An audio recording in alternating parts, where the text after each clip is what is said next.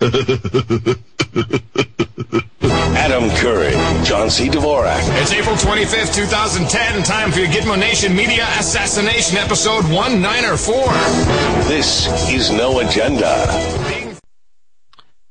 All right, you want to play a long clip and we can finish the show with this? Yeah, sure.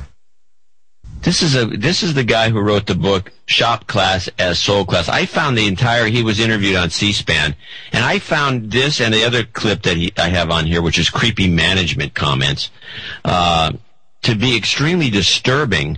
And I don't know, just play it and you'll see what I'm talking about. Of work, and we've developed a kind of educational monoculture, I think, where just about every kid gets hustled off to college and then onto a certain track where you end up working in a cubicle. And I think the truth is that some people, including some who are plenty smart, would rather be learning to build things or fix things, and I think we should honor that. What do you think when you hear the phrase knowledge-based society or information age? Yeah, I mean, it's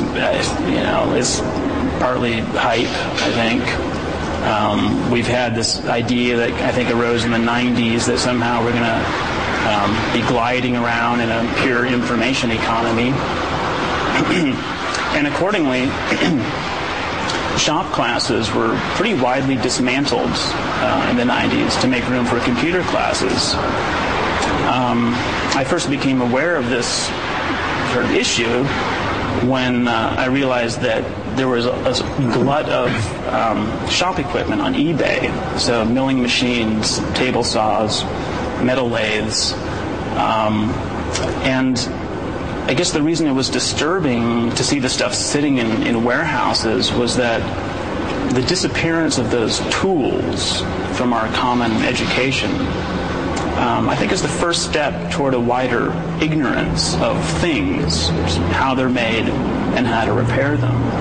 And parallel to that, there is, in fact, a kind of design philosophy that's emerged where the point seems to be to hide the works.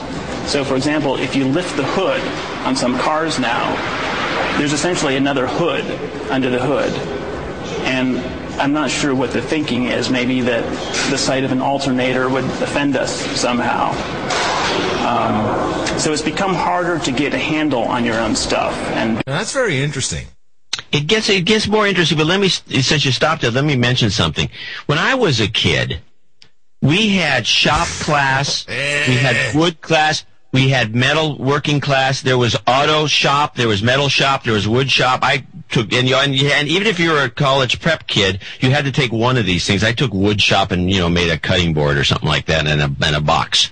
But the point was that there was a lot of kids, they got most of, they kind of went in that direction, and then they became mechanics or plumbers or whatever they became because they weren't interested in going to college. Why should everyone go to college? Some people don't want to go to college, but they push everybody either go to college, take some AP, get into the best school you can, and then what do? Like he said, you work in a cubicle. But I didn't realize it until he mentioned it, but now I think about it, they have dismantled all these shop classes, so no schools have them anymore, and they also, they're dropping PE, so you have a bunch of fat kids. Kids don't, they don't have any place to... music, and no art. Yeah. And another one that disappeared first, which I think began the whole process, was home ec. Until the 80s or 90s, home economics, which actually was a requirement for women or girls who were in high school to take whether they liked it or not.